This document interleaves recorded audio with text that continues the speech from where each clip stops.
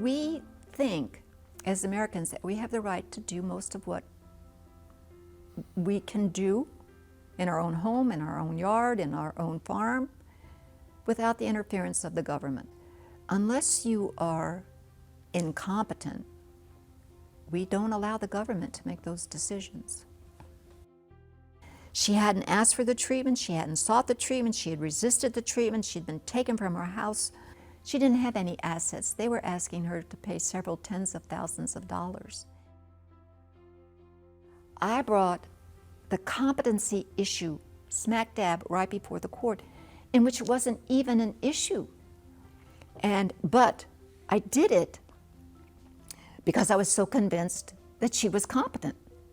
And I still believe that she was very competent. I think that as an elderly person, she was an individual who didn't want to die, but she didn't want to deal with the fact that she had a serious health condition and say, you know, it's okay if I die. It wasn't okay for her. She didn't want to just die. And every year, for 3 or 4 years before, and Palmer Sorrow is the one that told me this, she would get frostbite, and she pitter-pattered around in her little house. She kept her circulation going, which is the one thing that they tell you with frostbite. You have to keep your circulation going, keep that body heat moving, keep your blood moving. When they picked her up and forcibly took her from her house and put her in that hospital ward, in a general ward where they treated her primarily for pneumonia, secondarily for frostbite, that's where she developed the gangrene. She developed gangrene in the hospital. They didn't take her in because she had gangrene.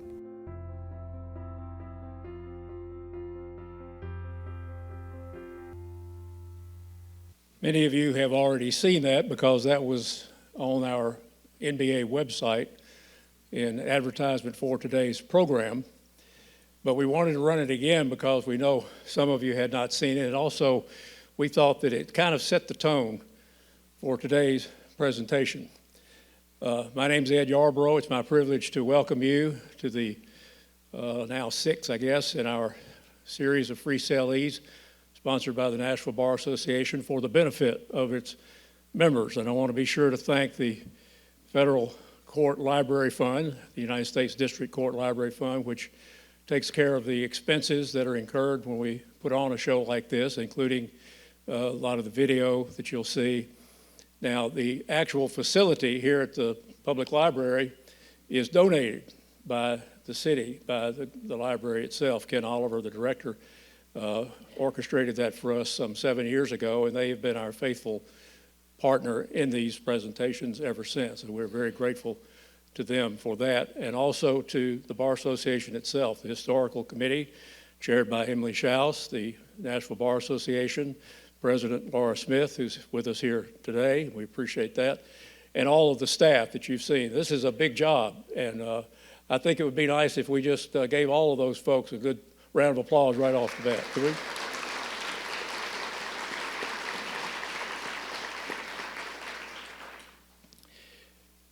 As always, we've tried to include some new items. One of the treats that you'll be experiencing today is watching Ed Landquist do his impression of Ben Cantrell. And I don't know what that is. Is that a point? What is that? That's the last parking space being used in the building. Yes, Ed is going to fill in for Judge Cantrell because Judge Cantrell is, turns out, chairman of a board for a college, and he had that board meeting today, so we gave him an excused absence. I mentioned that this is free, and we realize that that's the main reason that we have such huge crowds, but this year we had over 600 people sign up for it, and I do think that it's good for the Bar Association to do something like this, to actually have a benefit for the members that they can not only enjoy, we hope, but also actually get CLE credit, which is valuable, particularly at this time of year, and we're not unmindful of that. I do want to say that today's program will examine a multitude of ethical considerations, many of which conflict with the law and also may conflict with each other. And one of the themes that you'll want to look for is older lawyers helping younger lawyers. It seems fairly easy to discuss the role of government in healthcare until an agent of that government comes to your house, picks you up, carries you to the hospital when you did not wish to go there. Then the issue can become very personal. But when left to the courts, it also becomes a complex legal question, and that is what we examine today in the case of Mary Northern. Was it appropriate action by the Tennessee Department of Human Services to remove Mary Northern from her home, or was it, as one writer put it, a case of forcible Good Samaritanism? In 1964, Justice Warren Burger, writing for the United States Supreme Court, stated, "Mr. Justice Brandeis, whose views have inspired much of the right to be left alone philosophy, said, the makers of our Constitution sought to protect Americans in their beliefs, their thoughts, their emotions, and their sensations.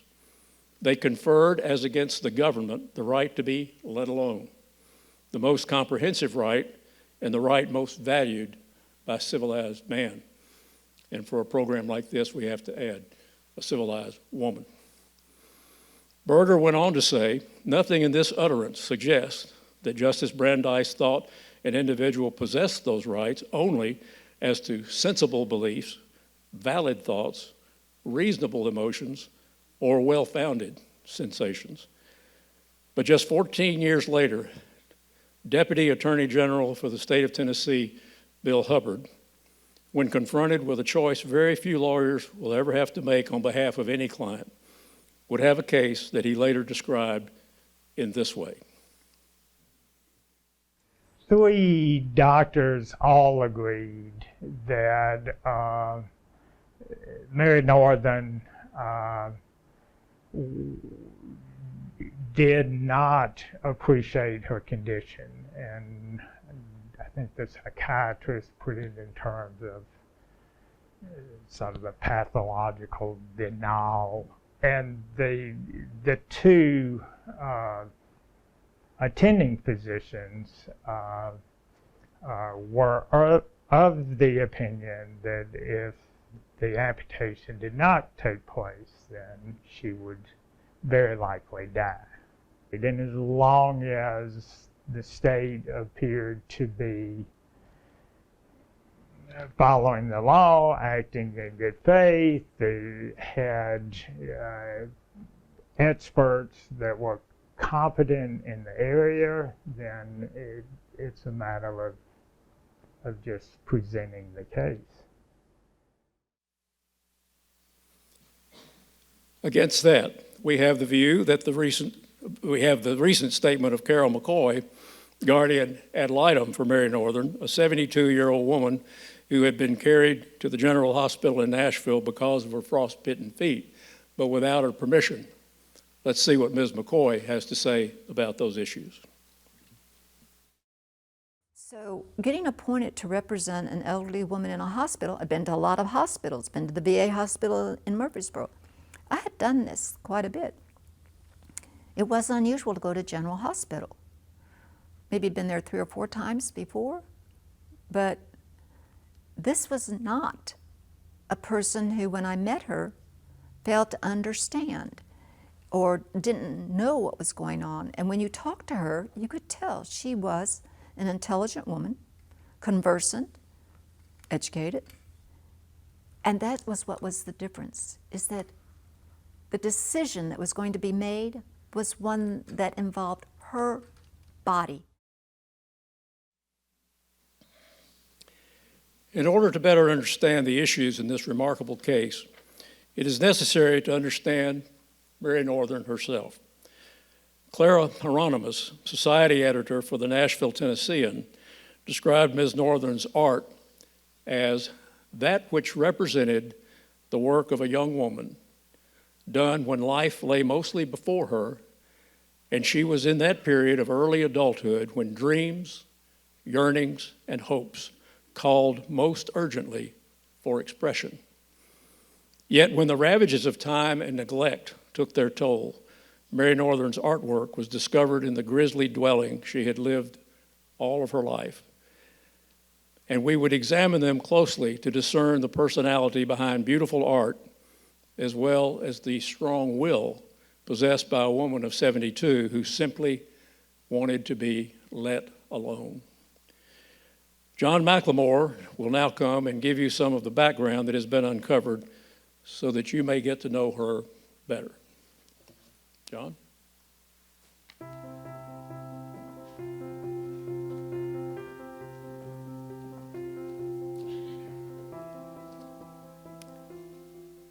Gallatin Pike was not always the land of fast foods, service stations, laundromats, and funeral homes that it is today.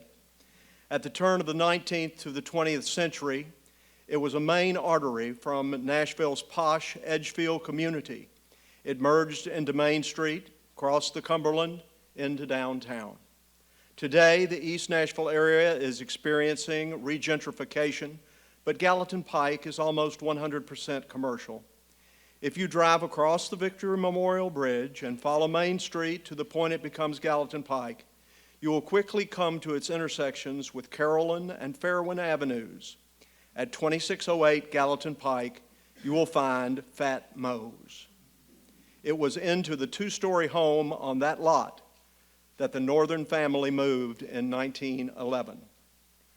Wilkins Northern was an insurance broker and may have had something to do with the creation of the Ringling Brothers Barnum and Bailey Circus. His wife, Gerda Hobson Northern, had been a school teacher until their only child, Mary Caroline Northern, was born in 1905. She retired and became a stay-at-home mom. It was Mary who would tell people her father once was involved with the circus. East Nashville had an unexpected transformation in March of 1916 when the Great Fire destroyed 35 blocks that included schools, churches, and the city's finest residences. It forced migration to Belmead. The Northerns stayed on what they referred to as the farm. Friends described Wilkins and Gerda as well-educated and gracious. They employed a maid and a boy to do yard work. The house was well furnished. It contained a music room and many books. Mrs. Hambly Burton of Dallas, a lifelong friend of Mary, told a Tennessean reporter the Northerns were very nice people. She knew them well because she visited the farm for what we call today sleepover. Mary was not allowed to spend the night at her friends' homes. There was a stable on the property where Mary kept a horse, and she was often seen in riding habit, galloping along what at the time were country lanes in the surrounding area. Mrs. Burton described Mary as a babyish girl who never wanted to be left in a room by herself. She was afraid of her own shadow, the friends said. When it thundered and lightning, she would crawl under the bed and put pillows over her head. When she reached high school age, Mary attended Ward Belmont. She matriculated in 1920 and graduated in 1924. Her photograph from a yearbook shows she was very attractive. When it came time for college, she stayed at Ward Belmont and took courses for 2 years in art. Her parents simply adored her, another friend said. She was treated like a beautiful rose, overprotected, actually smothered. Her parents probably encouraged her to stay on at Ward Belmont rather than leave Nashville for a college in another state. She lived for the remainder of her 72-year life at the farm. When she died, a significant amount of her art, thought to have been produced in the 1920s and 1930s, was found in the house. Clara Hieronymus, the art and theater critic for the Tennessean, wrote a long illustrated article about her work for the Tennessean Sunday magazine. In addition, there was an exhibit of drawings, oils, watercolors, small personal sketches at the Lew Gallery at Belmont and in the main branch of the Third National Bank. Mary Northern pored over magazines as a teenager and made color sketches, Hieronymus said. They give evidence of a genuine talent. Mary's talent, the critic went on to say, was mostly potential that was never formally developed. Mary's work was no better, no worse than the paintings and drawings by most art-interested teenagers. She did complete a correspondence course in art with the Federal School of Illustrating and Cartooning. Her instructors were encouraging. Mary used an Art Deco motif in most of her work. She preferred people as subjects rather than landscapes and still lives. Hieronymus said that color drawings in the manner of Vogue magazine covers were found, and it was highly unlikely that they were ever accepted for publication. Mary's art was sold at auction as a part of the winding up of her estate. In summing up, Hieronymus said, the works brought unbelievably good prices. Buyers admitted they paid not for the quality of the art, but for the story behind them. Very little is known about Mary's daily life from her graduation from Ward Belmont until 1977. She lived with her parents, caring for them until her father's death in 1959 and her mother's death in 1960. She lived off her inheritance for as long as she could. We know her electricity was cut off in 1973. She received a Social Security check in the amount of $157 each month. She had a red convertible until the wheels were stolen and she had to sell it. The tax appraisal on the farm was $240 for improvements and $18,650 for the land. She was offered $78,000 for the property by a developer, but turned down the offer. Other than real estate and its contents, we do not know what she inherited from her parents, nor do we know when the inheritance was exhausted. From the death of her mother in 1960 until late 1977, Mary Northern was a recluse, doing her level best to remain a recluse. She had no electricity, she had no water, she had no toilet facilities. She did have several cats.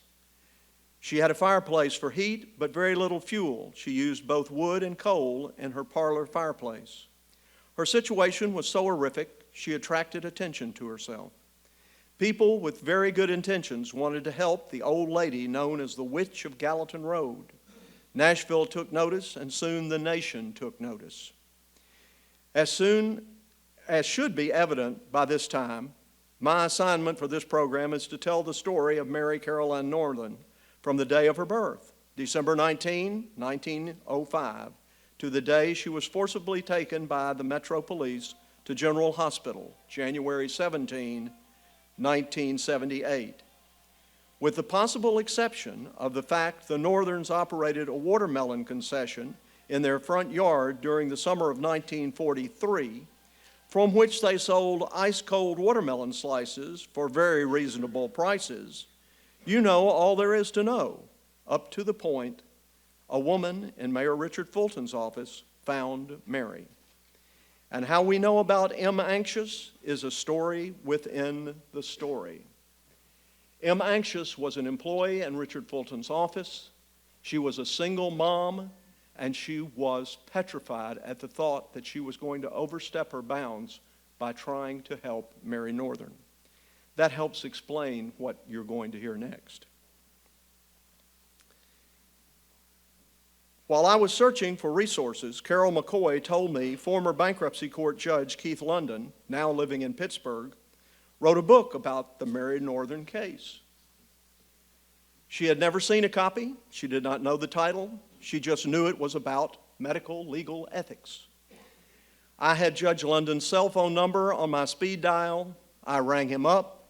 He had co-authored a book with Dr. Virginia Abernathy, a former professor of psychiatry at Vanderbilt Medical School. He thought he might have a copy. He could not remember the title. He had seen a box containing all his research materials in his storage locker a few days before. He sent the box to me. It did not contain a copy of the book, but it did have the manuscript and supporting documents. The title of the book is The Mary Northern Case, Public Compassion and Private Rights. Apparently not a bestseller. Google can't find a copy of it. Beginning on page 8 of the manuscript and concluding on page 23 is a spellbinding chapter entitled Background and Chronology of Legal Events. I understand John Grisham is seriously thinking about using that as a title for one of his books. Of course, there are newspaper accounts of the Chancery case, but they all begin with the filing of the complaint. Nor did reporters have access to police reports and interviews with the key players conducted by researchers looking at the case from an academic perspective. The reporters did not know anything about M. Anxious, and she was never mentioned during the coverage of the case. From these materials, I have condensed the events of Mary Northern's final 2 weeks at the farm. This is a story that cries out for a good Samaritan, and there were two. Without them, there is little doubt Mary Northern would have frozen to death in her home. More than likely, her body would have eventually been discovered by neighborhood children. That almost happened anyway. Miss Northern, unlike the victim laying on the side of the road in the Bible story, was not a willing recipient of help. Anyone who came to her door was told to go away and leave her alone. The two who would not take no for an answer were the Reverend Palmer Sorrow, a Baptist minister and truck driver, and a woman in Mayor Fulton's office who we know only by the pseudonym M. Anxious, given to her by London and Abernathy. Sorrow was the first to encounter Mary. It happened when his two sons came home sometime in 1975 talking about the witch of Gallatin Road who lived in a haunted house. Shortly thereafter, Sorrow and his younger son were driving along the alley behind the Northern home and saw Mary going into the house, pursued by children throwing rocks. They stopped, ran the kids away, and tried to talk with Mary. After that, they would see her at the grocery and speak. Barry Sorrow, the older son, 15 years old in 1978, would see her walking home from the grocery and offer to carry her bag, but she would refuse. M. Anxious had a very interesting job in Mayor Richard Fulton's office. Her responsibilities included driving around Nashville in search of potholes, broken street signs, and similar public thoroughfare problems in need of attention. She found the farm in March of 1977 on a weed-covered, overgrown alley, the same one on which the Sorrows had witnessed the rock-throwing incident. I turned what appeared to be an abandoned house into code, she reported. Inspector's report came back that an elderly lady owned the house and lived in an apartment in the basement. Mary did not live in the basement. She lived in the parlor of what had once been a very nice 8-room home. Sorrow said despite the fact she was 72 years old, Mary was active. She looked more as if she were in her 50s, he said, physically strong and young. She was slim and she was dirty. Dirt, soot, and ashes were on her face, he said. She would sometimes rake the ashes out of the fireplace with her hands and lie down in them to get warm. The winter of 1978 was particularly severe. Temperatures during January dropped at night to less than 10 degrees Fahrenheit. On January 3, M. Anxious' level of concern increased. I became aware that there were no lights and no water in the house, she reported. I called Gene Williams at Codes and asked him to do something to get this lady out before she froze to death. On the evening of January 10, while on his way to a church event, Sorrow saw police cars and fire trucks at the Northern house. He pulled in and asked a policeman if he knew there was an elderly lady living in the house. The officer said he did and that there was a problem: what to do with Mary. There was a police captain on the scene, and Mary was sitting in his car. Sorrow volunteered to take Mary home with him and care for her. Mary insisted she would not leave her home, despite the fact the firemen had drenched the kitchen area, extinguishing the fire. The temperature was 20 degrees Fahrenheit. There was an exchange between the captain and Mary, which concluded with Mary being given a choice by the captain: go to jail or go home with the preacher. Well, I'll go home with the preacher, Mary said, and she did for one night. Before Mary was delivered to the Sorrow home, Metro Police took her to General Hospital, where she was cleaned up a bit. That's official report language from the police. That's what happens at General Hospital. You get cleaned up a bit.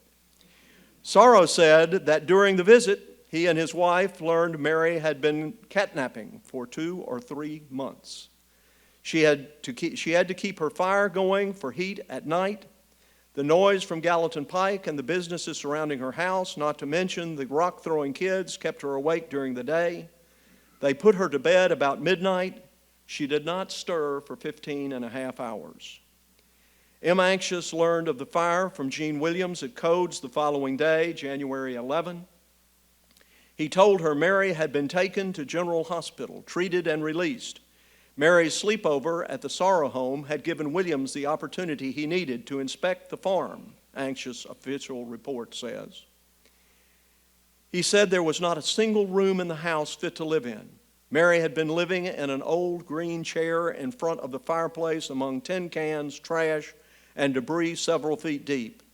Anxious called the health department and asked that something be done to get Mary out of those conditions.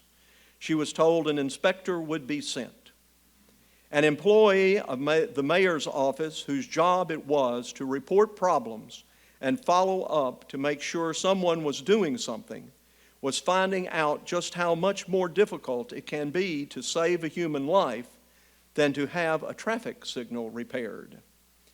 On Thursday, January 12, the health department called to tell M. Anxious it had no legal way of removing Mary from her home, despite the fact it had been condemned by Codes months earlier.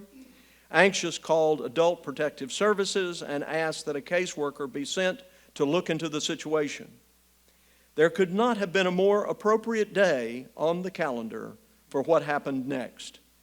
On Friday the 13th, Adult Protective Services contacted M. Anxious with the following message. Caseworkers went out and Ms. Northern pulled a shotgun on them, refusing them admittance to her home. Anxious was back on the phone to Codes. She asked Gene Williams to take her to Mary's home. She wanted to talk face to face with Mary. She contacted the Sorrow boys, Barry and his younger brother, and asked them to meet her at the house. Mary would not let them in. Anxious asked if she had any food. She said she did not. Mary told them she could not get a fire started in her fireplace and that her feet were so swollen she was unable to walk to the store. The Sorrow boys were dispatched to get food, but Mary would not take it unless she was allowed to pay for it. When Anxious tried again to get Mary to open the door, Mary said she would not take the food until Anxious left. She pretended to leave by moving her car. The Sorrow boys told her that when Mary opened the door to accept the food, they got a good look at her feet. They said both were frostbitten, broken open, and bleeding. Although Mary would not allow him in the house, Palmer Sorrow and his family had been going each evening to deliver food and replace batteries in her radio. When Mrs. Sorrow saw the condition of the house, she had her sons board up the windows against the frigid winter wind. During Mary's visit, they had noticed Mary's feet were swollen, but they were not alarmed. They thought it was a product of age rather than inflammation. Old people often have swollen feet. When interviewed later, Sorrow recalled Mary's love of beef stew and cornbread. He was apparently pleased with getting Mary food she could eat. In light of the fact he visited at night and was routinely refused entry, it is certainly possible he did not notice the deterioration of her feet. Sorrow's account of the days after the fire does not include dates. He remembered getting calls from M. Anxious, who wanted to help Mary as much as his family did. Whether it was the night of Friday the 13th or a night or two later, Mary and Ginger Sorrow, Palmer's daughter, had a conversation. Mary's hands were black. Her fingers had gotten so cold that when she had to use one hand, she would use the other to straighten out the fingers on the hand she wanted to use. She was trying to work with her radio, and the flashlight shone down on her feet. Ginger was startled by what she saw. Mary looked up at her and said, "You're looking at my feet, aren't you, Ginger?" "I can't help it, Miss Mary," Ginger said. "They look bad. They look awful." Sorrow offered to take her to General Hospital and stay with her while she was treated and then bring her home. Mary was barefoot and her feet were black. "No," Mary replied, "my feet are just fine. I'm accustomed to this. After all, they are my feet." At noon on Monday, January 16, Palmer Sorrow called M. Anxious to tell her Mary's feet were getting worse and he suspected gangrene may have set in.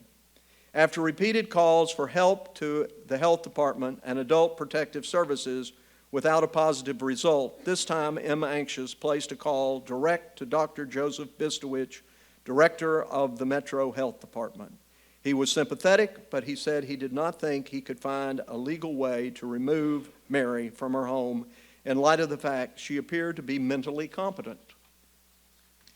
On her way to work Tuesday, January 17, M. Anxious stopped by Mary's house.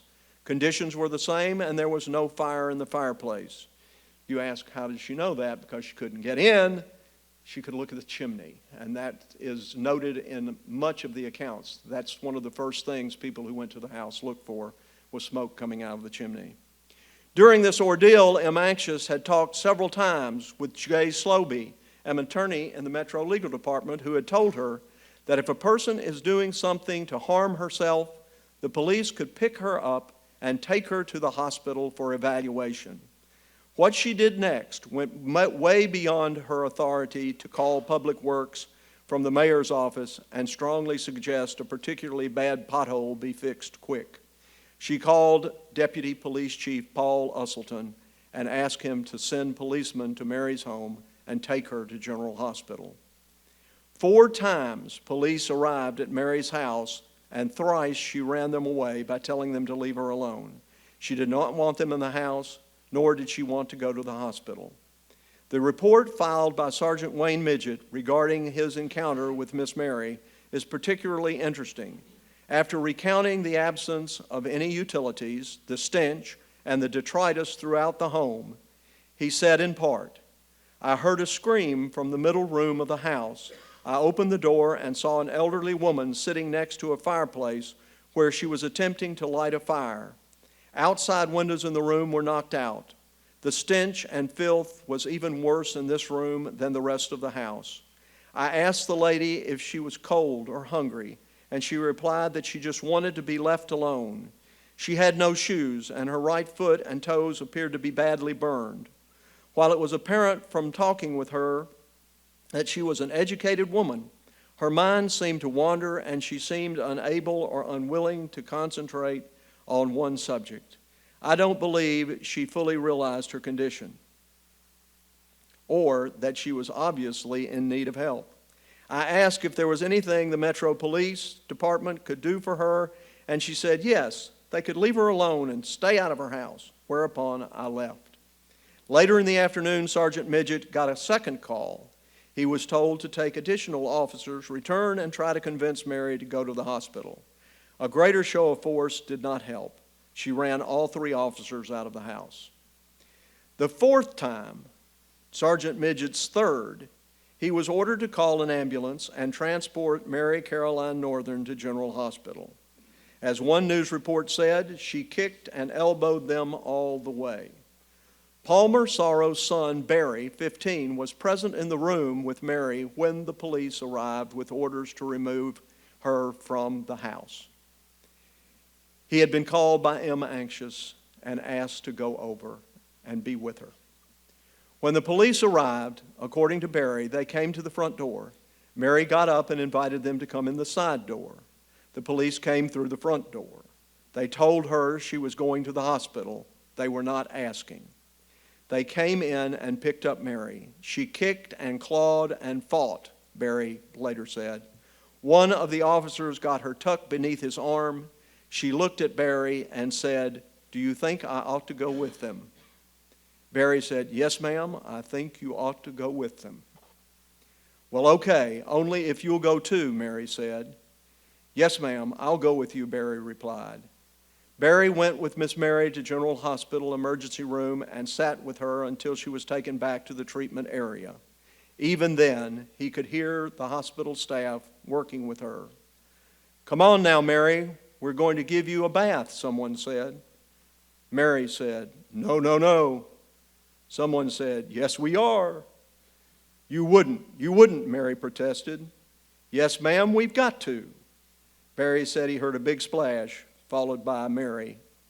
"You did." Mary's diagnosis would include heart problems, pneumonia, frostbite, and gangrene. She would spend 2 weeks in intensive care. She never returned to the farm on Gallatin Road.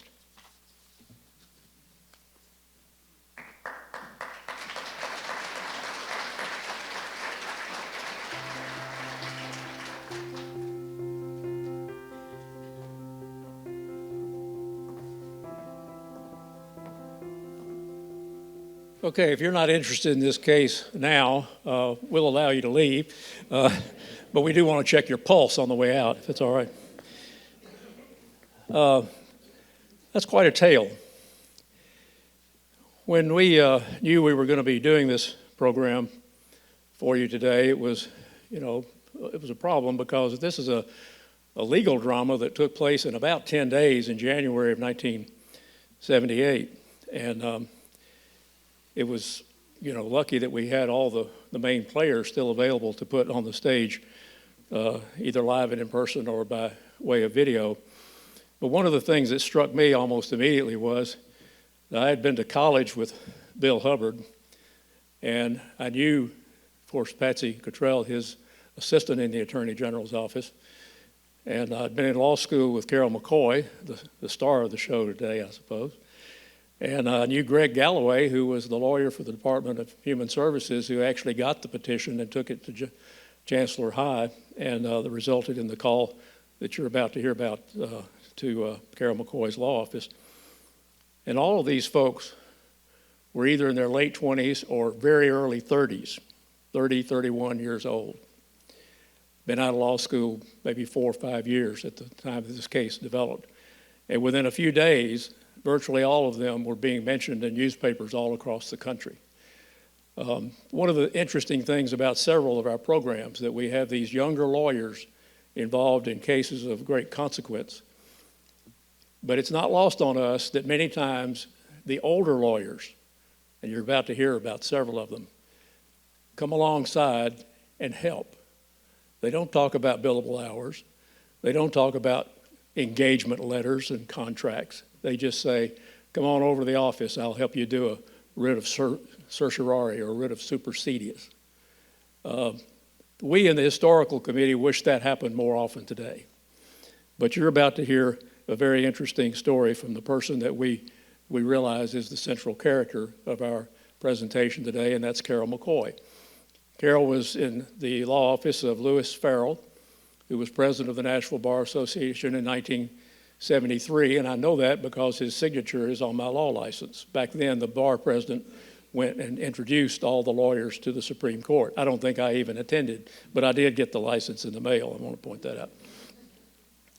But she was working over there with Lewis, who was one of the finest lawyers that Nashville ever had.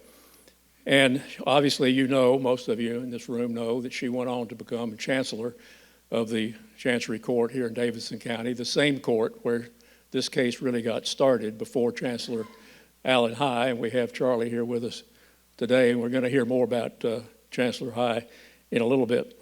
But we did struggle with how to present it, and we decided that the best way would be to give you a video, a roughly 30-minute video presentation of Carol McCoy's, in her own words, describing the chronology of what she dealt with during a very snowy January in 1978.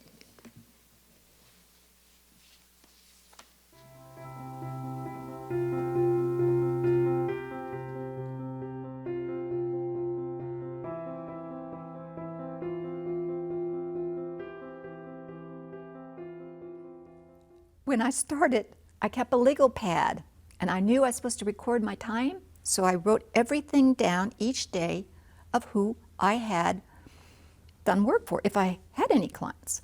And I put down a little note about what I did, and I put a little estimate of my time. And at the end of the month, I would go through and I would see where Mary Jane was on that Monday, and Mary Jane on that Thursday, and Mary Jane on the next Wednesday. And I would pull out all of those. I did not know about billing slips. I didn't know about timesheets. I didn't know any of those things. But Lewis was very good to me, and he gave me an opportunity that I would never have gotten. I don't know how I managed to survive.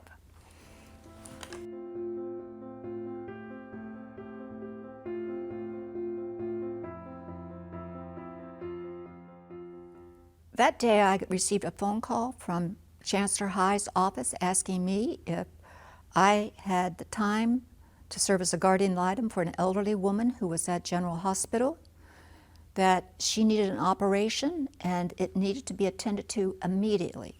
The weather was very bad, very stormy, lots of snow. We'd had 2 days of snow. I said I could go. So I went out there about 4 o'clock and introduced myself to Miss Northern.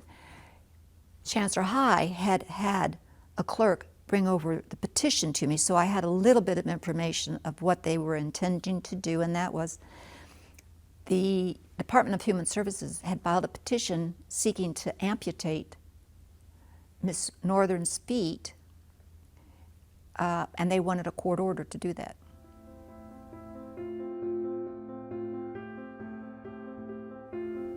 I went in and I asked for patient services. I think Dr. Tackett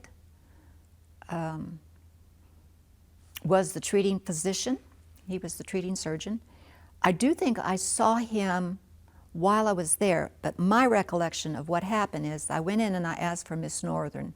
They told me she was in a semi-private room. I was directed to her room. I went in by myself, went up to her. Her feet were in a little shelter, a little wire cage with a sheet over it so that you couldn't see her feet from her position. But it was up just a little bit that if you looked at it from the end, you could see in to see her feet. And I did take a glance at it. I didn't study it deeply.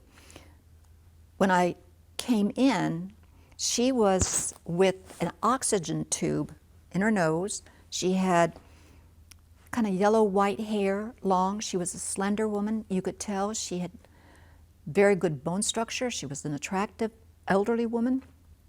She didn't look really healthy. She's sitting sort of semi-upright. And I went up to her and I said, Miss Northern, my name is Carol McCoy. I'm here to be your voice in the court, and I need to be sure that you understand what's going on. She said, I do. And I said, well, since you can't go to court, I want you to tell me what to tell the judge. She said, I told them I don't want them to do it, and I don't want them to do it. At that point, I thought she understood what was going on. And I said, well, I began to ask her a few questions, and she wasn't agitated until about 5 minutes into this process. Dr. Tackett did come into the room, and he had about 8 residents all in their white coats, and he walks up and he says, have you seen her feet? And I said, yes, I've seen her feet. I didn't make a big deal about it. And I could tell as I was standing there beside her at the bed that this whole horde of people was upsetting her. She was becoming very agitated. And she said, I don't want anybody to look at them. Don't look, don't look. And he said, you need to look at her feet. Well, here's this poor woman in the bed. She doesn't want people to look at her feet. He's insisting. So I go down and I look at her feet. And I have to tell you, her feet were as black as my top is right here. They were black. And little bits of skin were flaking up like an onion peel, very thin, very fine. And I could see that on what I would call the knot of your ankle, right around your ankle, on both feet, she had what looked like evidence of a burn that was sort of in a state of healing, but you could tell that it was still a little reddish if you've ever had a burn. But the thing that just overwhelmed me was how black her feet were and how I'd never seen anything like that. But I tried not to let on because here she is in the hospital bed, and they said, well, you know, if she doesn't have this operation, and they started talking about the operation or the amputation in front of her. It's not my job to upset clients, and I felt that my presence was doing that, but I felt their presence was doing it even more. So I said, I need to talk to her, and they left, thank goodness. So I said, Miss Northern, I'm going to go back. And she said, you just go and do what you have to do. I just want to be left alone. And I said, I understand, and I'm going to go. And I did. I tried to leave without saying anything upsetting or disturbing to her. I went back. I prepared a response. I now had the answer. I had seen her. I'd done my job. And I had looked at the statute. She had been put in the hospital under an old statute called Protective Services for the Elderly. It's very short. There were 2 criteria: that the person lacked capacity to consent and was in imminent danger of dying. And when I read that, I thought, she is definitely in imminent danger of dying. I have never seen anything like that. So I thought, she has the capacity to consent. She isn't consenting. And it doesn't take long to figure out what's going on. The idea of amputating somebody's feet against their will, no doctor's going to do that unless they have permission. And usually you get the patient's consent. She wasn't consenting. And that, I have to say, that really upset me. I was new to being a feminist and the rights of women. And here's this lady who's so elderly and she cannot protect herself. I had been thinking about women and their right to go to work and everything. I never thought about the tail end where you are so helpless as a woman and society's going to take care of you. This really, really disturbed me. So I was a little bit upset about it. I filed my answer, and the next morning I went over for the hearing. And I have to say this because it's one of the things that just impacted me so much. It was snowing every time I went out. It snowed for 4 days solid. It was snowing Tuesday, it was snowing Wednesday, it was snowing Thursday, it was snowing Friday. And part of what happened during this time period is I had to go places. I had to go either to the courthouse or to the other courthouse. There were lots of places that I had to go. But it wasn't easy getting around. So what I did is what I thought I was supposed to do, and that is represent her as best I could. And the next morning, when I went over, the social worker had said that she didn't appreciate the seriousness of her condition, and that because of that, they needed to go ahead with the operation to save her life. And I had objected when he started talking about her mental capacity, that he wasn't qualified to do that, and that they needed to have somebody who could talk about her mental capacity if that's what they were going to do. But my reading of that statute said lacks capacity to consent, meaning somebody unconscious, somebody in DTs, somebody who cannot communicate in any way. If you are paralyzed and somebody comes up and they say, "Can you hear me?" and you blink once for yes, twice for no, if you can communicate, you have the capacity to consent. That was my reading of the statute. I think that the social worker had a different view of it, and the doctors had said in their affidavits, they were very careful how they worded their affidavits. But I told Chancellor High, who I had great respect for, that I thought she was in imminent danger of dying. I've reported to him what I've reported to you. And I said, however, she has the capacity to consent, and she's not consenting. She knows what's going on. She doesn't want this operation. And, Your Honor, as much as I think, she might need it, she doesn't want it. And he said, "Ms. McCoy, I want to thank you for doing this. I appreciate it, but I think it's serious enough that we should order the operation." And that, to me, was so wrong as an American. I felt that if you aren't doing anything to harm yourself or others, you get to make decisions about your body integrity. It's your decision. If I want to have my nails all filed down or my teeth filed or tattoos, you get to make that decision. Other people shouldn't be able to decide what's going to happen to your body.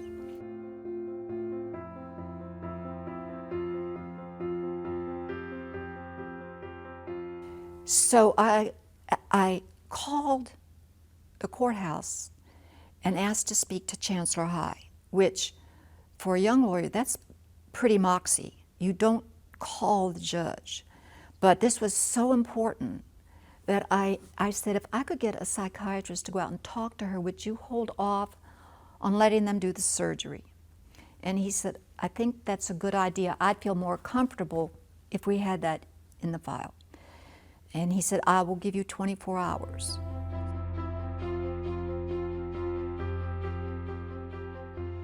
And they called and said, we've got the report, come on over. So I trek over in this snowstorm to go and see Chancellor High. I'm the only one there. They didn't call the other side.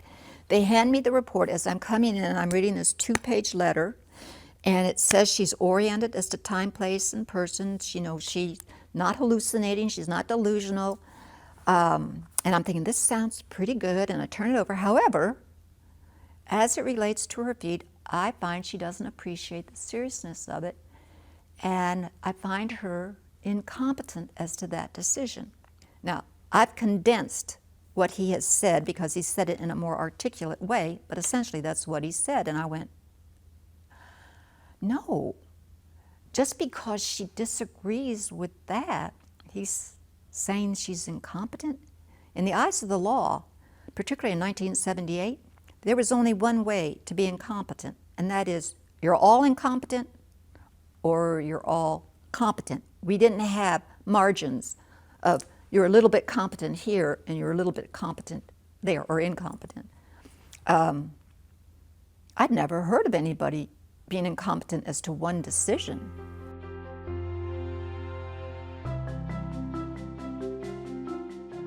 And this is the first time when I walked out of the courthouse that day, there were TV cameras in the corridor. There were all these news people, and they were asking me what happened, and I was shocked. I was really troubled because I didn't know what I was going to do. And I walked out and I saw Don Binkley, who was a lawyer that had at one time worked for one of the newspapers. And I knew who he was. I was beginning to find my way around the courthouse and begin to know some of the more recognizable trial practitioners, and he was one of them. And I must have looked really bad because he said, "What's wrong?" And I said, so I read about that in the newspaper. I hadn't had time to read a newspaper. I had been so busy. And he said, "You need to talk to Phil Carden," who I'd never heard of. He said, "But he can really help you." So I went to my office, looked up his number, called him, trekked again to see Phil Carden, and told him. And he said he had read about it too, which again, I didn't realize people were reading about this case. And I said, I want to appeal this decision. I need to stop it because this is not good. They're going to amputate her feet. He said, "Okay, let me see what I can do." He primarily did appellate work in the Court of Appeals. He mostly wrote briefs. He was also a former newspaper reporter, and he was also pretty much of a person that believes the government should not interfere in your life.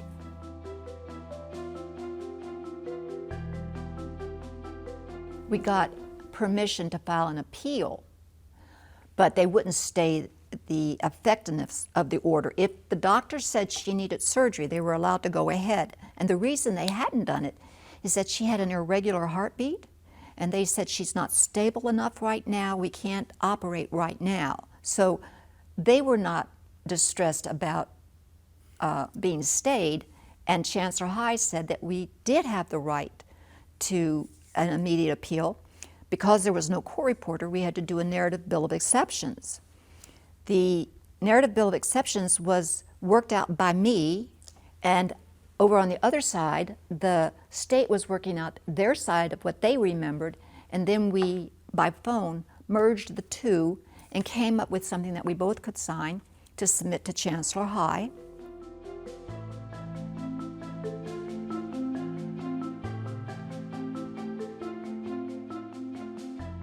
Somebody called the clerk of the appellate courts, Ramsey Leathers. And I think he in turn had talked to Judge Todd, who agreed that we could have our appeal on Saturday morning. It was going to take us Friday to get our narrative bill of exceptions approved by Chancellor High, and then that was Thursday night. Then on Friday, we were writing our briefs, and the plaintiffs have to get their briefs in first so that the responding side can get their brief done. So my recollection is we finished up about 8 o'clock, and I think the state finished up about midnight. We were told that we were supposed to show up at the Court of Appeals at 9 o'clock on Saturday morning and have a court reporter with us, because after we had our oral argument, we were going to pick ourselves up and we were going to go out to General Hospital, and they were going to take the testimony of the witnesses. And after they finished with Dr. Griffin, who they did ask if she agreed to the amputation, would you say that she was competent? And he said, I would. But because she disagrees to that decision, you say she's incompetent. He said, exactly. And that's a catch-22. They turned to me and they said, do you have any proof? And I said that I would like to call Miss Northern. That's what I wanted to do, but I did not want to ask her any questions. I said she really doesn't want to see anybody, but I think that it is very important that she be heard. And in this process, I said, I will call her, but not for direct or cross. And Bill Hubbard said that he did not want to go in. I wasn't going to go in. I said, she can tell you what she wants you to know. I don't want to go in. But I did ask that Palmarsaro go in there because she knew him as a neighbor, and she would feel more comfortable having somebody in there that she knew. I think that the chief of medicine also went in. I think another physician went in, and Judge Todd and Judge DeWoda went in. There were only 2 judges that heard the oral argument and went out to the court. Judge Shriver was the 3rd member of the Court of Appeals. Later, much, much later, I believe that Judge DeWoda told me that Judge Shriver had said, I'm 82. I am too old to do this. I don't want to be involved in it. So we only had a 2-panel Court of Appeals, and those are the 2 that went out to see Miss Northern.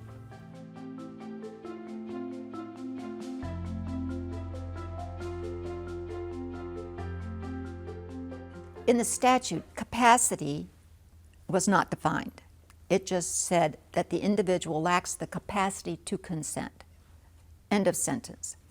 There is a whole provision in the code about people who are incompetent. They have individuals that are appointed to take care of incompetence, people who cannot make decisions on their own.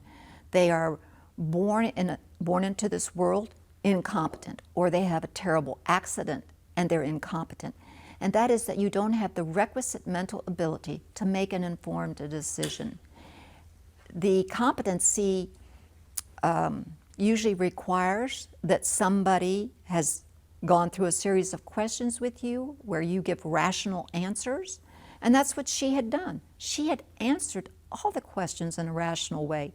She was able to reason. She was able to think through things. She could recall things. Most people who are incompetent are not based in reality. They can't give reasonable answers or rational answers. And we have a whole set of cases that define incompetency. In criminal law, we have mental incapacity. What is it? There's a mental defect? So competency really has had a lot of time before the courts. Capacity really had not had any time to be defined, and the legislature didn't help us.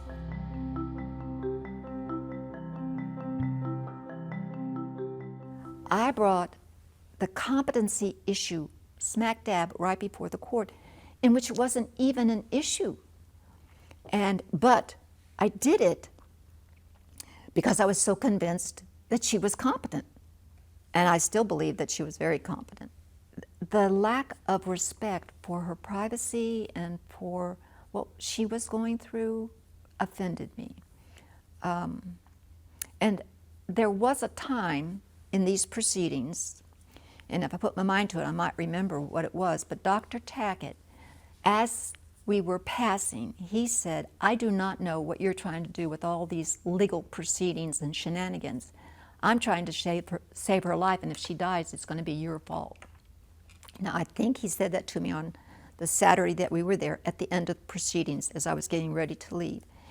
And it had been a very stressful 3 or 4 days, and that day with the judges asking all these questions and making a decision that really was going to affect her life a lot, because there were several things that came out in that hearing.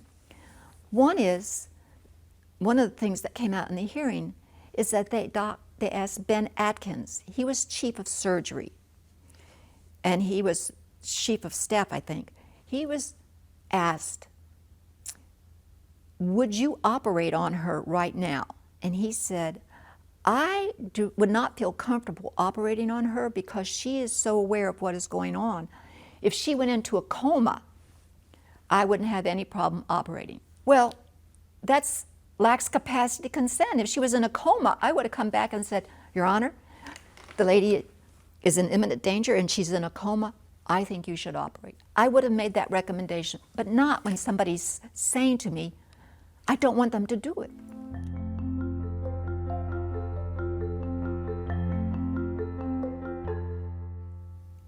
John Griffin said, I need to back up a little bit. Ben Atkins, the chief of surgery, had said, if you operate on her, given her present condition, she has a 50-50 chance of living.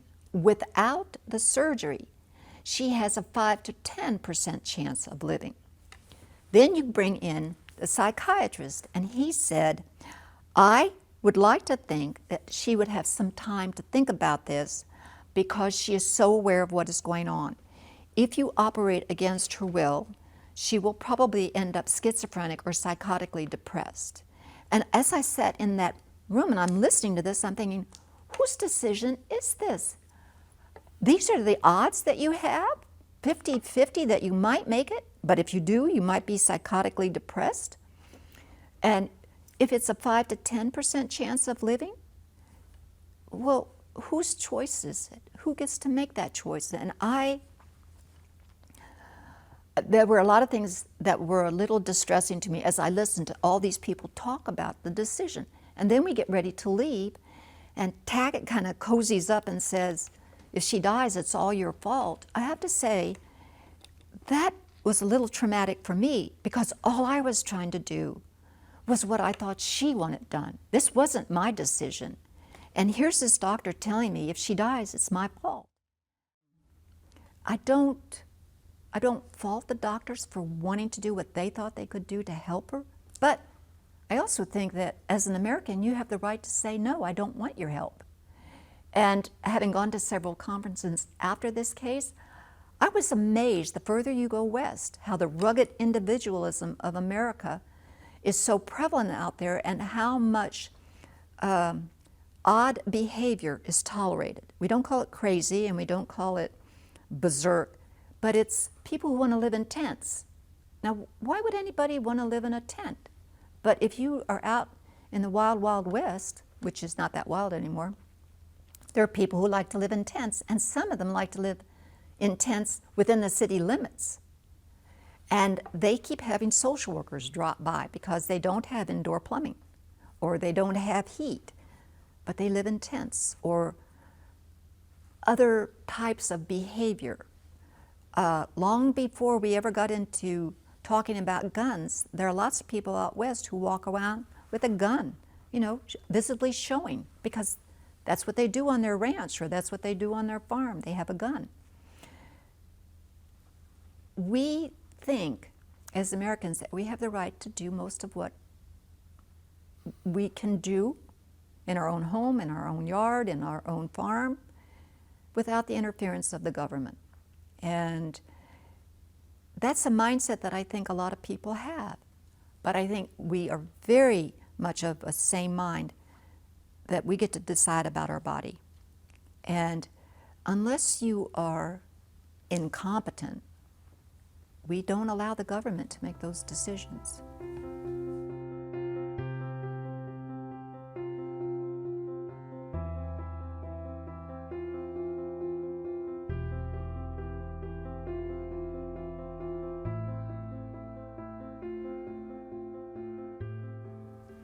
I went to an auction of her artwork, and they were auctioning off all the things that they could find in Mary Northern's home to help raise money to pay for all these debts.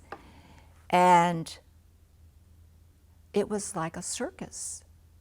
I had been representing this woman thinking she was going to die, and then she did die, and it looked like she deserved some respect. And here they were making it into a big publicity stunt. And I haven't lost a lot of people at that time in my life, and it was very hard to see that attitude. But that's when I went into the house, and that's when I was like, I don't see how she was able to live in those kind of quarters. It wasn't that way through the entire house, but primarily 2 rooms to the best of my memory. But I did see how all the windows were broken. You just saw how the house was falling down around itself. She could not have stayed there much longer, with or without having frostbite, with or without having been taken to the hospital. It was getting to the point where she would have had to have left the house. I had thought about whether the visit to her house would have impacted me if I'd seen it earlier, if I'd seen it before I'd ever been appointed to represent her. I think it would have had some impact on me. I would have said something to her about the way that you're living. Does that have, I would have asked a few questions, I do believe. I don't think it would have changed my mind about the decision with regards to her feet. She was adamant about it, she was knowledgeable about it, and as I had previously said, if she'd gone into a coma, I would have immediately said, let's go forward with the operation. But if I had seen that house after I got appointed, I go back to the position that I said before, and that is, I did not think my job was to talk her into having the operation. We all shut down as we age. So the problems of aging are different than the problems of somebody who's 30 or 40. And I think if I had seen her house, it would have raised questions in my mind. It certainly raised questions in my mind when I did see it. And I thought, did I do the right thing? And then I go back again to my conversation with the priest.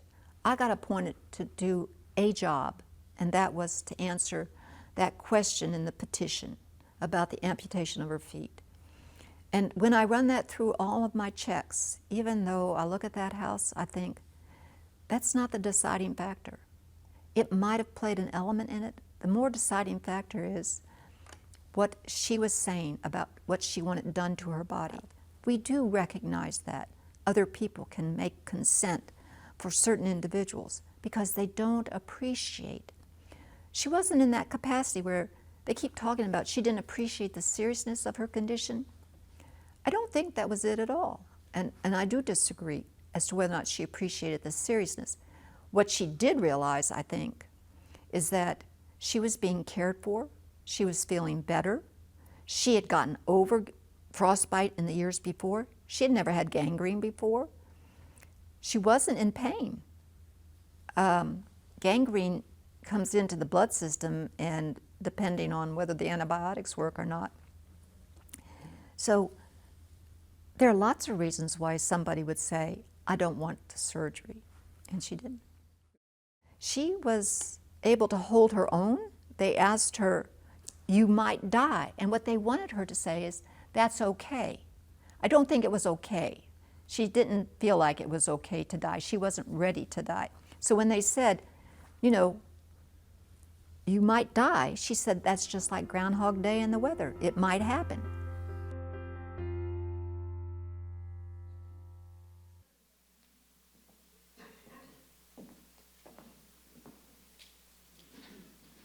hard to get humor in, but I think she succeeded, don't you?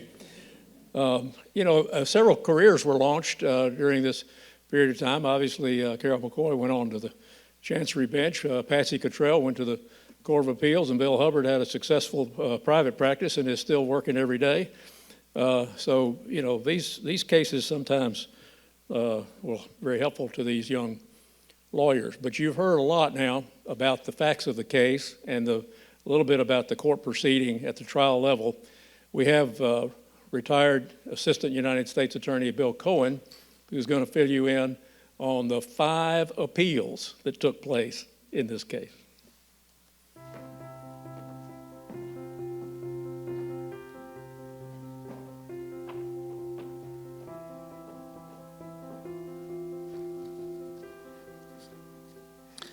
I'd like to talk to you more in detail about the most unique, interesting, and extraordinary appellate proceedings that occurred in this case.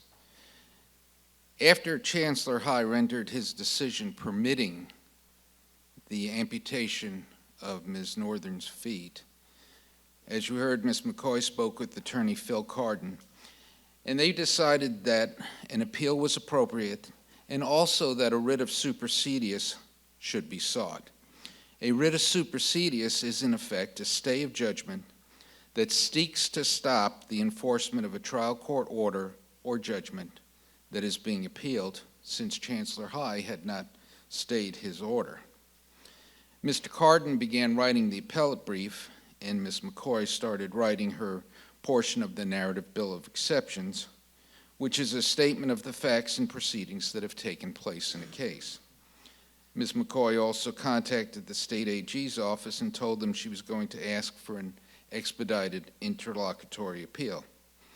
On January 27th, Ms. McCoy presented a petition for supersedious and a certified record to Judge Henry Todd of the Court of Appeals. As you've heard, the appeal was scheduled to begin on the morning of Saturday, January 28th, and that one of the judges who had originally been assigned to the case, Judge Shriver, declined to participate and recused himself. Thus, on Saturday morning, oral arguments were held before 2 judges, Judge Frank Drowota and Judge Todd, in the Supreme Court building. But then the proceeding was adjourned to Nashville General Hospital, where the appellate court took evidence.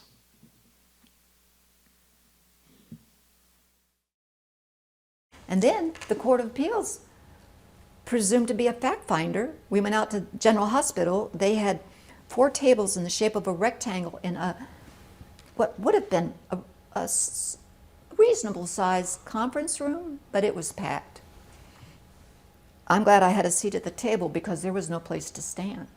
And packed is really how tight it was. It was full of newspaper people. It was full of lawyers. It was full of med students and doctors. There were a lot of people. And then it proceeded.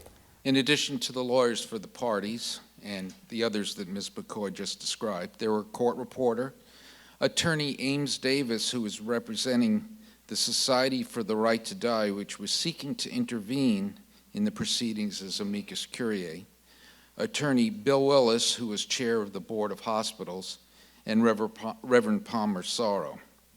Ms. Northern remained in her hospital bed in intensive care during these hearings. You may be wondering how an appellate court could hold an evidentiary hearing. The court said that it had the authority to make additional investigation under TCA section 27327. The court noted that the primary purpose of the proceeding then going on was the application for a writ of supersedious, which was auxiliary to the appeal and not conclusive of the appeal. The court said it had determined that the evidence in the record was inadequate for ruling on the writ, and that the court was therefore taking additional evidence to enable it to rule. The court also said that the evidence would be part of the record and would be considered in determining the appeal on its merits. Ed Lanquist will address the question of the Court of Appeals authority to take such evidence in the next part of this program. But suffice it to say that the appellate court's taking evidence seemed odd to Ms. McCoy and was a total shock to Bill Hubbard. 3 witnesses were called by the state: Drs. Amos Tackett and Benton Atkins, Ms. Northern's treating physicians, and psychiatrist John Griffin, who had written the report about Ms. Northern's mental state. Dr. Tackett testified that while Ms. Northern's life was not in imminent danger at that time, her condition could change at any time and she could fall victim to the disease of gangrene within a period of 24 hours and die. Dr. Tackett testified that Ms. Northern refused to acknowledge the seriousness of her condition, telling him there was nothing wrong with her feet. Dr. Tackett said that as a result of the gangrene, the soft tissues of her foot would slough off and fall away, leaving her with only bones sticking out of her leg. He also testified that he told Ms. Northern that this could happen. Dr. Atkins confirmed much of Dr. Tackett's testimony, but considered Ms. Northern to be in imminent danger of death and estimated her probability of survival without the operation to be 4 to 5%.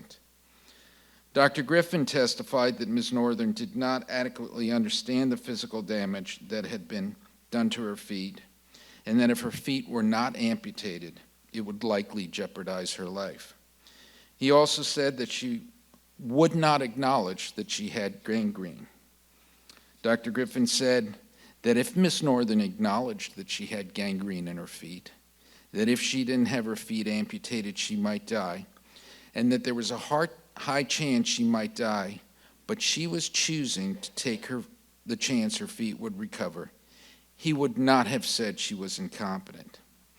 Both judges were very involved in the questioning of the witnesses.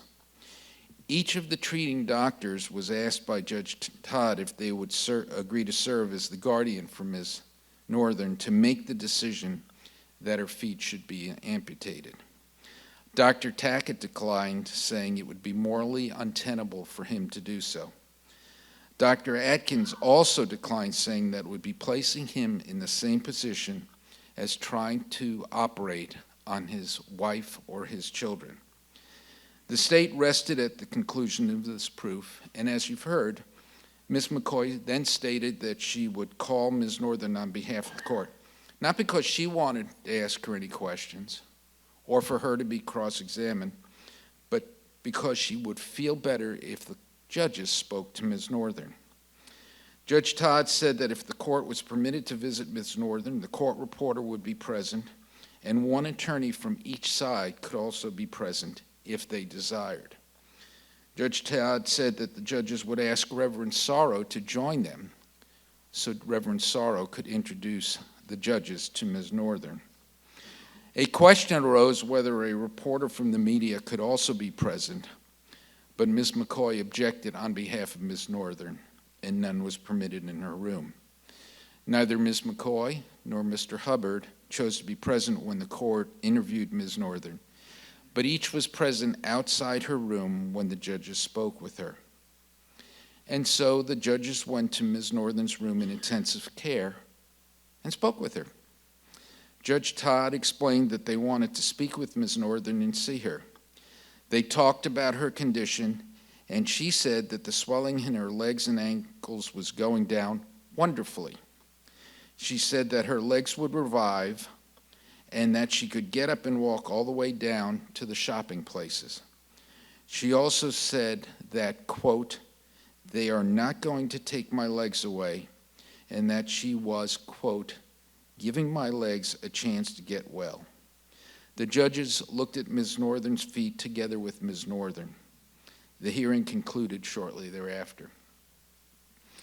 In an order entered on that same day, the appeals court granted the writ of supersedeas in one limited respect.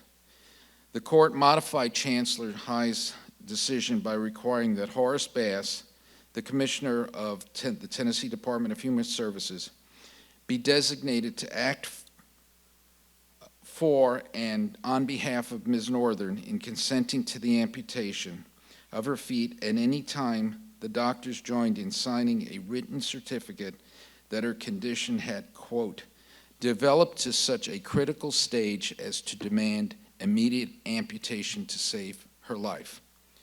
However, the court denied the writ in all other respects. After the court issued its order, Ms. McCoy spoke with Philip Carden and her law partner, Louis Farrell, and a decision was made to appeal to the Tennessee Supreme Court. On Monday, January 30th, a writ of certiorari and supersedious was presented in chambers to Supreme Court Justice William Harbison, who said he would take it under advisement. Members of the Attorney General's office were present when the writ was given to Justice Harbison. The petition was denied the next day. In his opinion, Justice Harbison found that the Court of Appeals had jurisdiction of the case and that no abuse of the court's powers or discretion had been demonstrated.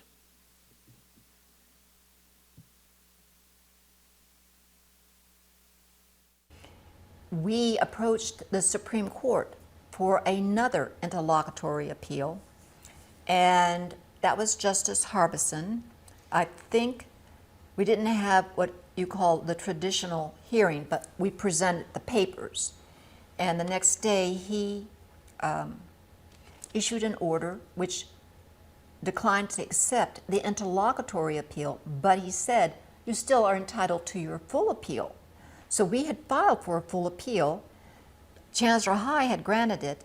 We then asked for an expedited full appeal, which was granted, and we went before a three-member panel of Judge Todd, Judge DeWoda, and Judge Parrott.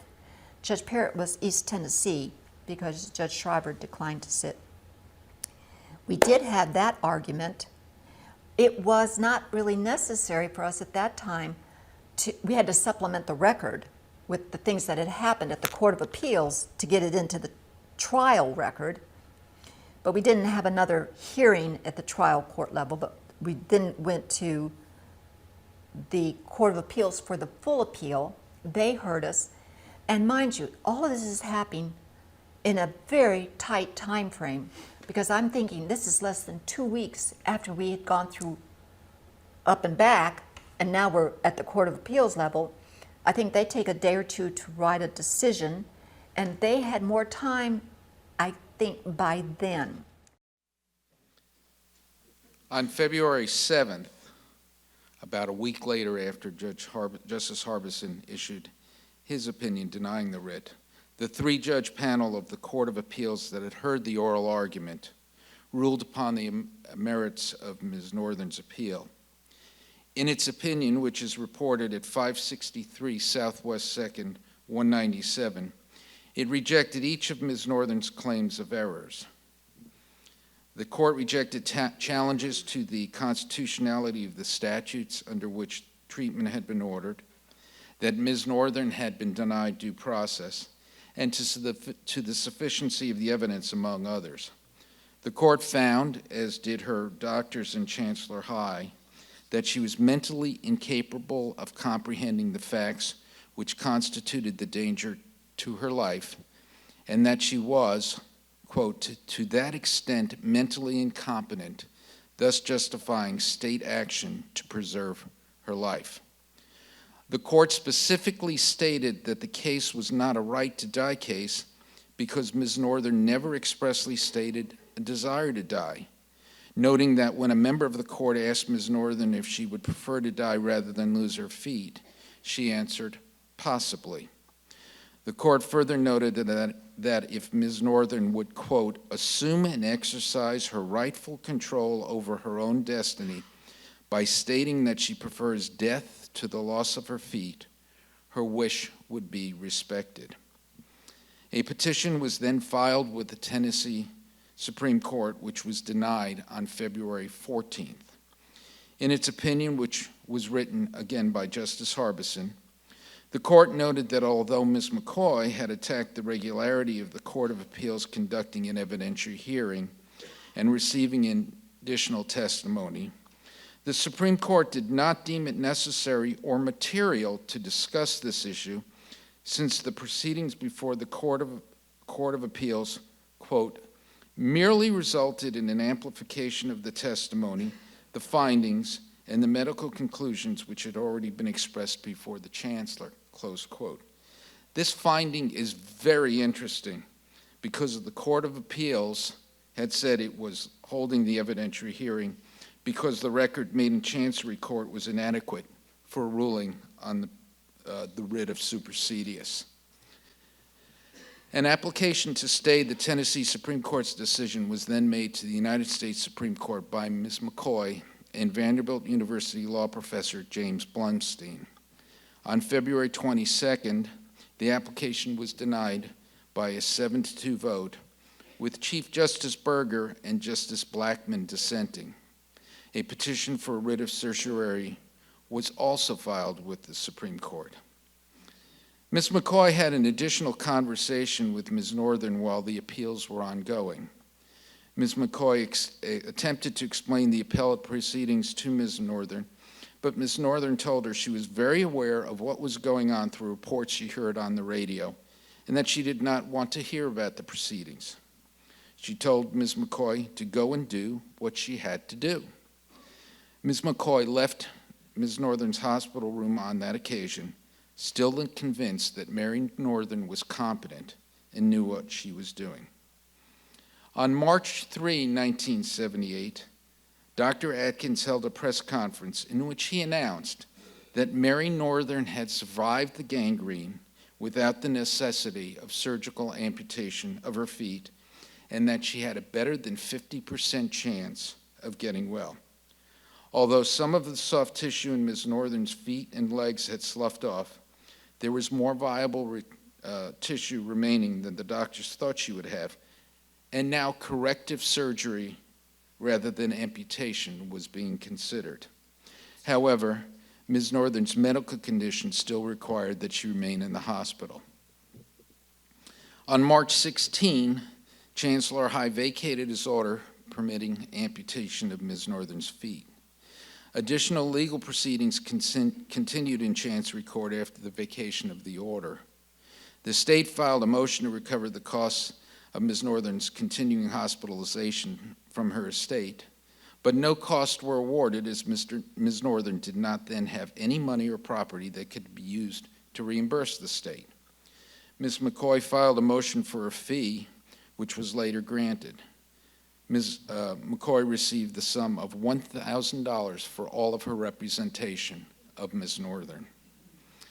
After Ms. Northern passed away, the state filed a motion to dismiss the United States Supreme Court cert petition on grounds of mootness. The motion was granted over the objection of counsel for Ms. Northern. The court and appellate proceedings in this case are noteworthy because of the issues involved, the number of briefs and other legal documents filed, and hearings held in an extremely short period of time. The highly unusual circumstance of appeals court judges taking testimony and questioning witnesses in an appellate hearing held in a hospital conference room and a room in intensive care. A panel of 2 judges hearing an appeal rather than 3. The attempt to keep the case alive even though the appellant was deceased. And the filing of a newspaper article written by a local Nashville media personality, Teddy Bart, as support for a petition of certiorari. It is also praiseworthy for the manner in which the lawyers for both sides conducted themselves. Both Ms. McCoy and Mr. Hubbard had no idea what they were getting into when they first entered the case. Each thought it would have been a run-of-the-mill guardian ad litem proceeding. Although adversaries, each of the attorneys involved communicated and coordinated frequently and well with each other and with the courts.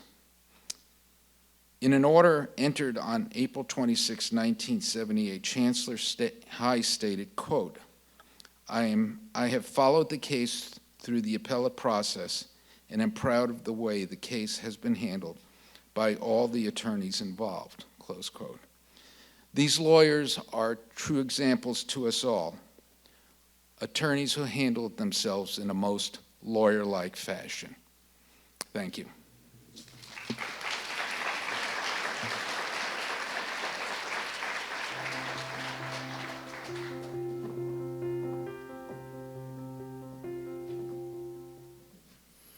For everybody in the room under 50, that last comment came originally from Judge Thomas Higgins. All right, very good. Now we are going to have one more presentation about the presentation of proof in the appellate court, which is unusual to say the least.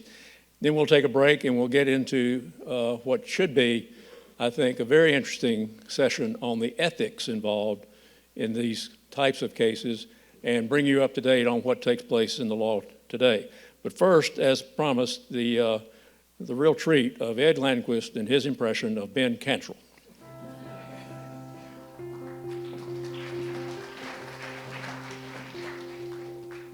Thank you, Ed. There is no way that I can meet the gravitas of Judge Cantrell.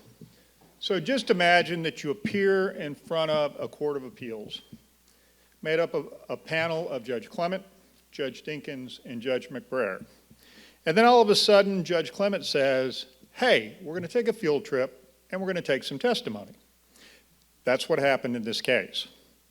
One of the fundamental things you learn in law school is that institutions have limited power. There is a two-part analysis. One, does the state have that power? And two, has the state given that power to the institution? The Tennessee Court of Appeals was created by the legislature in 1925, the first instance of an intermediate court. From that date to today, the legislature has given the Court of Appeals appellant-only jurisdiction. That means that the Court of Appeals power is limited to those factual and legal issues for which an adequate legal record has been preserved. In Irvin versus Binkley, in the same year that the Court of Appeals decided the Northern case, the Court of Appeals said, this court can only consider such matters as were brought to the attention of the trial court and acted upon or permitted by the trial court. So, where did the Court of Appeals in the Northern case get the power to hold a hearing, to ascertain facts, and base its decision on the new facts discovered? The court, in its opinion of February 7, 1978, cited TCA 27327 as its authority, although the court did not quote the statute. The actual words of 27327, as they appeared in February of 1978, were, in equity cases, that's important, in equity cases, the court may retain the cause to take accounts or ascertain facts or remand at its discretion. So two questions come to mind. Is this a case of equity? And does a statute passed in 1835, when there was only one appellate court in the state, even apply to the intermediate appellate courts created in 1925? As to the first question, this case was not a classic equity case as recognized in 1835. The distinction between law and equity would have been much more pronounced at that time because the circuit court and chancery court did not have concurrent jurisdiction. Although the statutes being applied in the Northern case passed in the 1970s did say that the action could be filed in chancery, that does not make it an equity case in the classic understanding of 1835. Second, the idea that, in effect, the 1925 legislation adopted the 1835 statute in the act creating the Court of Appeals seems to be far-fetched. There is such a thing as repeals by implication, and although they are not favored by the law, there is not much that can be done to reconcile the two statutes. In an earlier case of Steele versus Steele, the court again cited the statute without quoting the exact language for its authority to remand a divorce case to the trial court to take the deposition of a husband who was unable to testify at trial because of an illness. The trial court oversaw the taking of the deposition and forwarded it to the Court of Appeals without taking any further action with respect to the testimony. The Court of Appeals held that the procedure was proper under TCA 27327 because the remand was not with respect to any fact going to the sufficiency or insufficiency of the evidence in the record to sustain the trial court's decree on appeal, but was with respect to collateral or secondary facts, which were only required by the court to explain or clarify the effect of the facts on the record on which the trial court acted. Whatever that means, it is the construction placed upon the statute by the Court of Appeals. The court went on to spend several paragraphs carefully explaining why its actions did not exceed its appellant-only power. Now, the Court of Appeals, in its opinion on February 7th, 1978, addressed the contention of the appellants that the evidence in the record was insufficient to establish that Ms. Northern was incapable of making a rational decision about her health. The court said that any insufficiency of the evidence was cured by the testimony it took from the psychiatrist and Ms. Northern. The court then said the court is satisfied from the testimony and from the examination of the patient, both orally and visually, that the evidence is adequate in the challenged respects. In other words, they said that any lacking in the lower court, in the trial court, was made up by the testimony. The court went on to say that in the present case, the court has found the patient to be lucid and apparently of sound mind generally. However, on the subjects of death and amputation of her feet, her comprehension is blocked, blinded, or dimmed to the extent that she is incapable of recognizing facts which would be obvious to a person of normal perception. For example, in the presence of this court, the patient looked at her feet and refused to recognize the obvious fact that the flesh was dead, black, shriveled, rotting, and stinking. In another section of the opinion, the court addressed the appellant's argument that the proceedings before the chancellor violated Ms. Northern's right to due process. However, the court said, well, the testimony it took cured any deficiency in the prior proceeding. It appears that the Court of Appeals in the Northern case had an opinion that TCA 27327 gave it some power in extraordinary cases beyond its appellant-only jurisdiction. This is probably the only place where any appellant court has actually stated that opinion on the record. The extensive quotations of the supplemental record and the court's report of what the individual members saw are cited as the primary support of the court's conclusion that Ms. Northern was not competent to decide whether her feet should be amputated. Where the court overruled the issue of whether the trial court violated Ms. Northern's rights to due process by saying, in fact, well, our procedure in this court supplied the sufficient process to make the issue moot.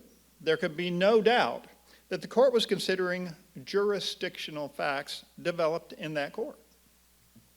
So one question remains, why did the Supreme Court refuse to grant cert in this case? Now, we all know that TCA 27327 was taken away when the court passed Rule 14 of the Tennessee Rules of Appellant Procedure. And it allows the appellant courts to take, in its discretion, certain enumerated facts and other similar matters. Keep in mind, there are enumerated facts, and then there's this catch-all language that says, and other similar matters, again, whatever that means. However, Section A of the Tennessee Rule of Appellant Procedure goes on to say that nothing in this rule shall be construed as a substitute for or limitation to the relief from the judgment available under the Tennessee Rules of Civil Procedure or the Post-Conviction Procedure Act. Now, Section B goes on to say how one would file such a motion and allows the appellant court to grant or deny the motion in whole or in part, and subject to such conditions as it may deem proper. Now, interestingly, after the seemingly broader standard was set, we have had a different result in most of these cases. For example, in Duncan versus Duncan, the appellant in a divorce case in which the trial court acted as a trier of fact as to the value of husband's interest in a closedly held corporation, asked the Court of Appeals to consider the post-judgment fact that the husband sold after judgment the stock in this company for a larger amount. The Supreme Court held that despite Rule 14's provision, to allow the new evidence to be introduced in the Court of Appeals would violate the court's appellant-only jurisdiction.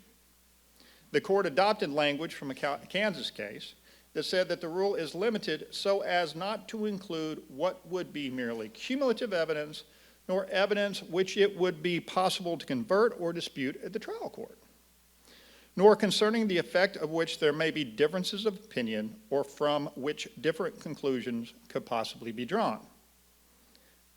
Later, in Peck versus Tanner in 2005, the Court of Appeals was asked by the appellant to determine the post-judgment fact as to whether the chancellor involved in the trial court had an undisclosed business relationship with the appellate. The court remanded the case to allow the parties to conduct discovery and file a supplemental record. On review, the Supreme Court said that the procedure would make the Court of Appeals the trier of fact in the first instance as to the allegations, an exercise of original jurisdiction, and concluded that the procedure adopted by the Court of Appeals exceeded its appellant jurisdiction. Now, doubtless, clever lawyers will continue to test the limits of this rule, but unless the legislature expands the jurisdiction of the appellant courts, these courts should not hear facts that have any bearing on the decisions of the trial court. Thank you.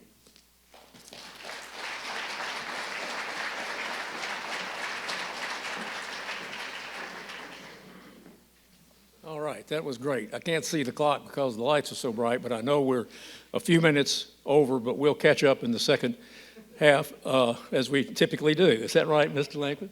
The program calls for a 15-minute break. Let's make that 10, so we'll end up right on time. And there's an error in the program, which I want to apologize for right now. I think we've left Bill Hubbard's name off of the panel, but Bill Hubbard is in the panel. It's his second time he's been left out. I think Chancellor Hyde did it in 1978. Now we've done it. So Bill Hubbard, the Rodney Dangerfield of the Nashville Bar. I'm sorry, with no reflection intended. But come back in 10 minutes, and we'll continue with this riveting saga.